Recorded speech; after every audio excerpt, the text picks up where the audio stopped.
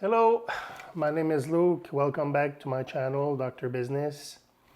Today is video number 2 of the adventure in the Etchemin River Park that happened on March 3rd, 2021. If you have not seen video number 1, just take a look at it. I've put a link here.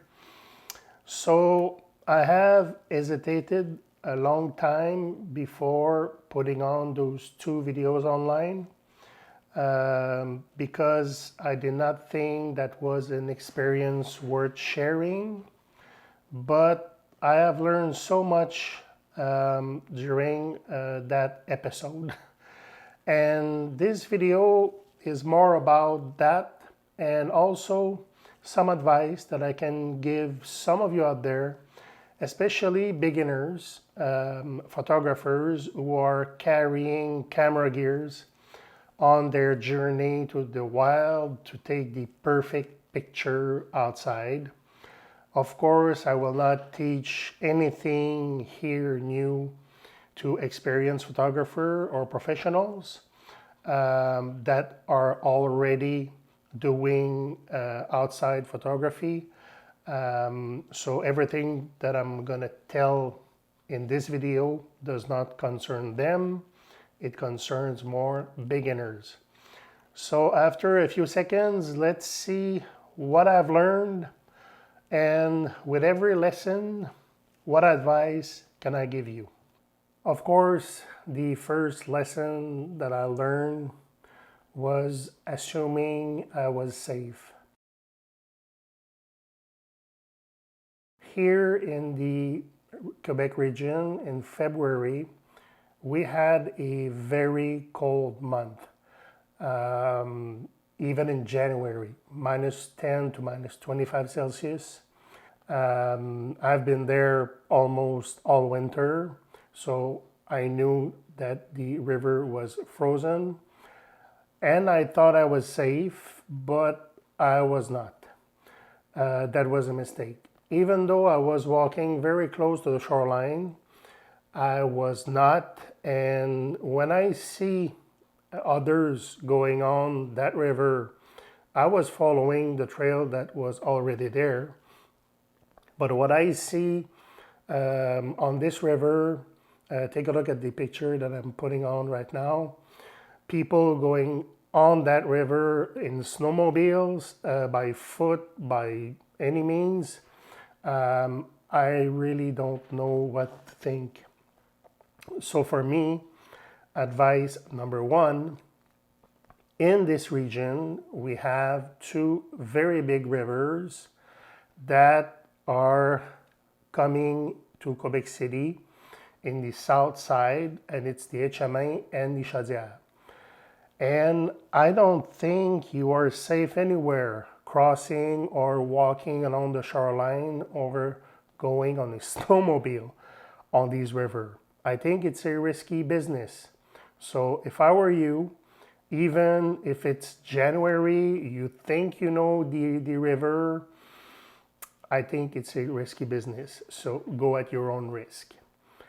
Of course, when that happened, the second lesson I learned was traveling light.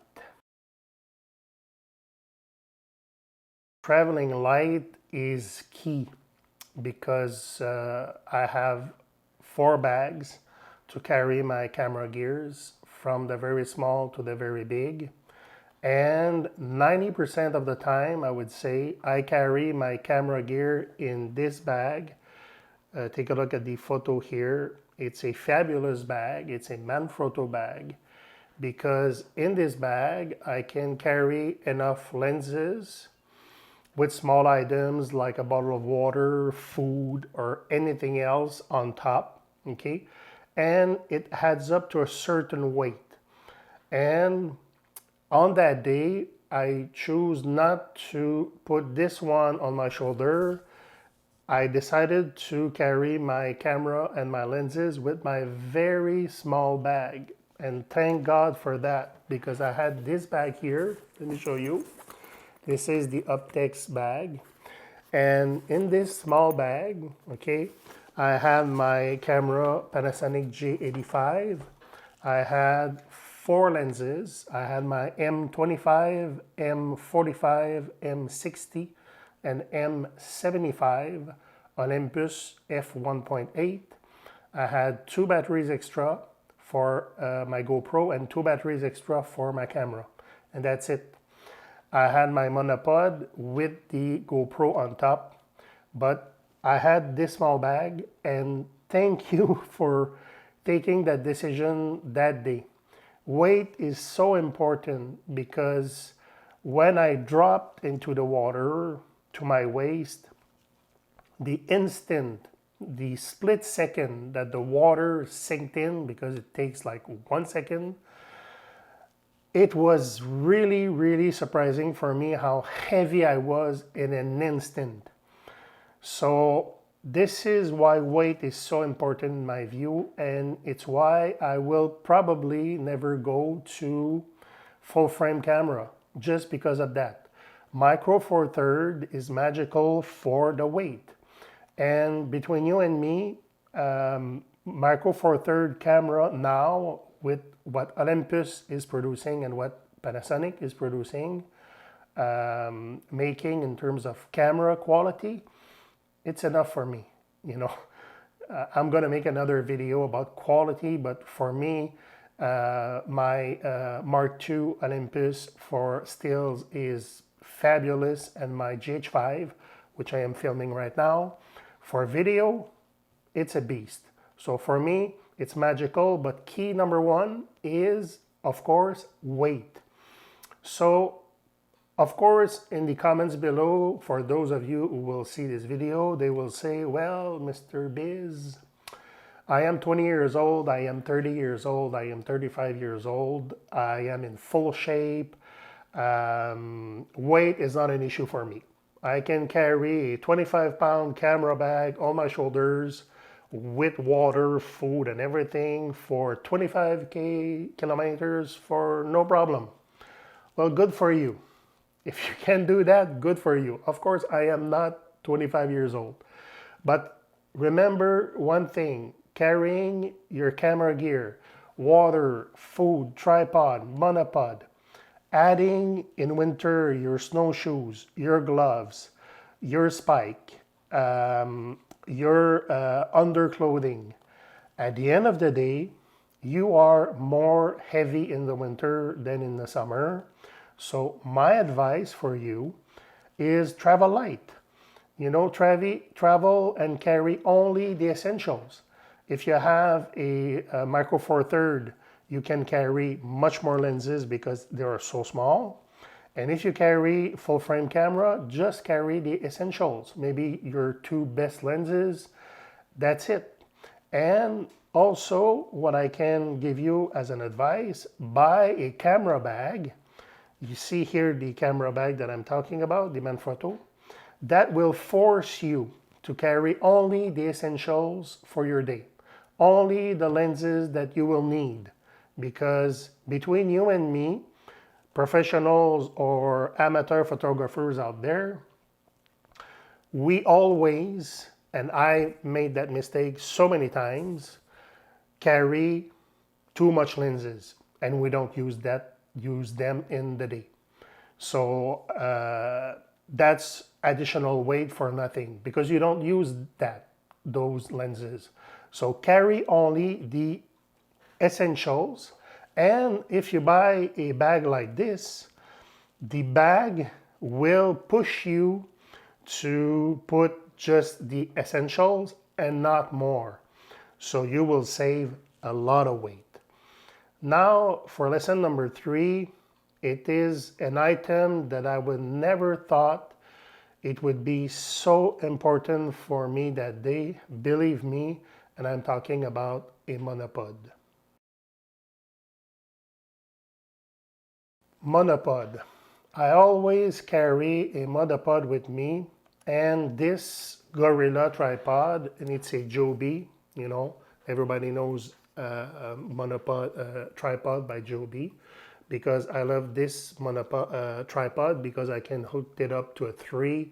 I can do whatever I want with this, and it's the big one. And I feel safe when I put my GH5 or my Olympus on this one. It's a fabulous innovation.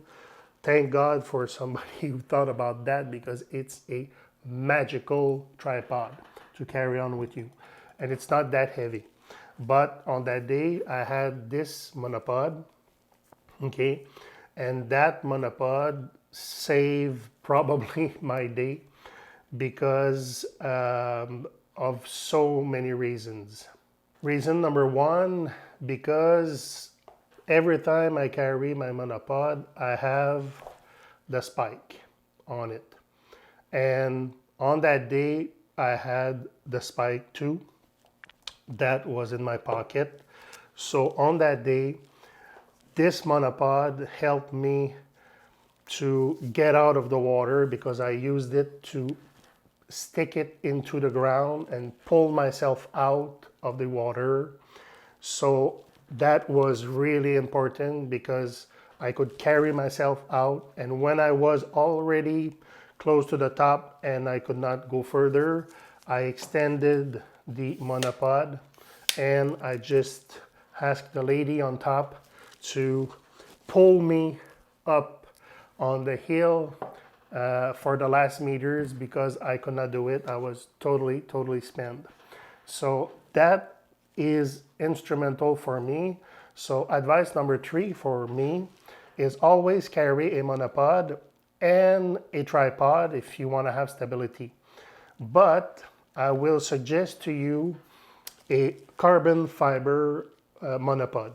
Why? Because this is the Amazon carbon fiber monopod that I just bought a few days ago. And it's a fabulous monopod. It's so light, it's incredibly light, okay? You can put also the spike that comes with it. I changed it for one reason, because I can hook it off with a simple key Allen here that I put on the handle, but you can have a spike. So this monopod here is extremely light. It's just 400 grams, okay? I could not believe the quality of this when I had unboxed that a few days ago, but it goes high enough for me to take a fabulous picture. I have the spike that I can put on the ground. Take a look at this photo here. You spike it on the ground with your camera on top, and you can change your lenses really easily. If you add a tripod foot, I don't know, I don't know how you name this, but it's a tripod foot. It's 3 foot. On your monopod, you can have great stability and much more angles to take your picture. Also, it's a great protection. You know, if somebody attacks you or wildlife, well, you know, use your monopod and it's gonna be like a tool, you know, a protection tool also for you. And of course, if something like what happened to me happens to you, well, you can just unhook, you know, open the monopod and ask somebody, can you pull me out of the situation that you're in? So this is a very important tool for any photographer out there. And you have, for me, you have to carry a monopod all the time with your tripod, and maybe a Joby tripod to hook your camera, 2 or 3. So that was a very big lesson for me, and this monopod saved, probably not my life, but saved me a lot of problems going up that hill. Now, lesson number 4 is fitness and clothing gears. Fitness and clothing gears. I am not in perfect shape. I am not 25, 30, 40. But I think that my 3 to 4 kilometers of hiking, snow showing, 5 to 7 days, 5 out of 7 days a week saves me. Um, if I have not been in that shape, things would have been different. I am not in perfect shape, you know. I've still have a lot of work to do since they closed my gym here in my town. So my advice for fitness as you get older, if you want to enjoy outdoor activities and survive any incident that can occur in the wild, because in the wild, especially in the winter, you don't know what's going to happen. Be in shape, but be in good shape. Eat healthy, be in really, really good shape. You know, it's gonna save your day. Being fit saved me also because of one detail that I discovered a few days after I went back there to take some pictures and video that you see in those two videos. There was a gentleman with me on top of the hill because I was doing photography of the hole for this video of where I was. And the gentleman was with me, and I asked him, what do you think the distance between the hole there? And I told the gentleman that it was me that did that. What's the distance between the hole where I went through the water into the river and the top of the hill? And the gentleman said, easily 75 feet high.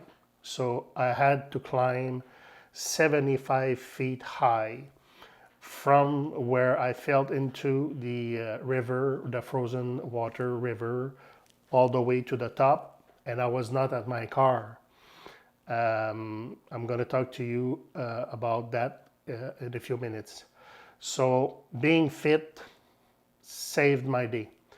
Advice number 4 now for clothing. I learned a lot that day about clothing gear. You have to have the proper winter clothing and gloves. It has to be light, warm. Have the proper snowshoes. I have MSR snowshoes, and I choose MSR snowshoes for one reason. They are really light, and they have like spikes all around them. So I love the MSR snowshoes. I'm gonna put a picture here of what I've got because of that. And also the MSR snowshoes have a great advantage for me when I had to take them off on the hill. And it's really easy to first put them on, and it's easier to take them off. So that was a key for me to those MSR snowshoes. Thank God for that, because that was instrumental for me to take them off of my feet to go up the hill. Also have the proper boots. My boots, when they filled up with water, they were so heavy. So next winter, I'm gonna take a look at some boots that are lighter, also warm, but lighter. Have the proper spikes on your boots, because I had snowshoes, but if you have a place where you can just use your boots, just put spikes on your boots. That is really important. Spikes. I've seen so many people without spikes on their butt this winter because they did not have spikes and there was ice all over the place. Please wear spikes on your boots. Now, the lesson number 5, it's probably the easiest said than done, and I'm talking about the panic button. What I've learned there is that the instant, the fraction of a second when you go down the water, the cold water fills in your clothes in a split second, and it's cold, and your mind will race at 1,000 miles per hour. You cannot believe how fast you will think when that happened. I've never experienced that in my life, and believe me, it's really easy to panic and react in such a way that the situation will get much worse. If you're panicking, you will lose your senses, you will lose your clarity in your mind. So, my advice for you, I know it's easier said than done, but do not panic. I know it's hard, but if you panic, you will waste time and energy. Two things you don't have that much in this situation. You cannot lose time, it's cold, and you cannot lose energy because it's gonna be really, really, really hard to get out of there all the way to safety. And it's gonna eat you some energy you cannot even imagine. So if you're not panicking and you are smart in your decisions, if you stay focused, there is always a solution. So find it. You have to find the solution. And now I'm going to share with you some final thoughts. My final thoughts, I call that my lucky star. Someone or something must watch over me because of one reason. The decision that day, I don't know why, but to park at the Beaumont parking lot. In the first video, I begin the first video by showing you where I was parked and the distance between where I was parked to the beginning of the park. And it was the first time I ever parked there at the Beaumont Street. I never parked there. I always park at the main entrance, but the main entrance is 3 kilometers away from where I was. I don't know why I made the decisions to park at the Beaumont Street. It could have been really, really, really hard. I was wet, I was cold, I was really heavy, I was in shock. Walking 3 kilometers in those conditions, that would have been almost impossible. Thankfully enough, there was a lot of people in the park that day that were doing their exercises. So I can imagine I could have help to get to my car safely and safely home. The Beaumont parking lot was exactly 250 meters from where I had my incident. Believe me, it was the longest 250 meters of my life. I remember how long it was from the top of the hill to my car. It was insanely long. So I consider myself very lucky to have gotten out of there without any major physical damage, and that I am here to tell the story and give some advice to you. So thank you very much for listening to this video. If I can help only one person with that story, my job is done. I'm Doug Biz. Until the next video, stay healthy, stay in shape, be happy, and smile because life is beautiful. And I tell you, I'm gonna see you in the next video.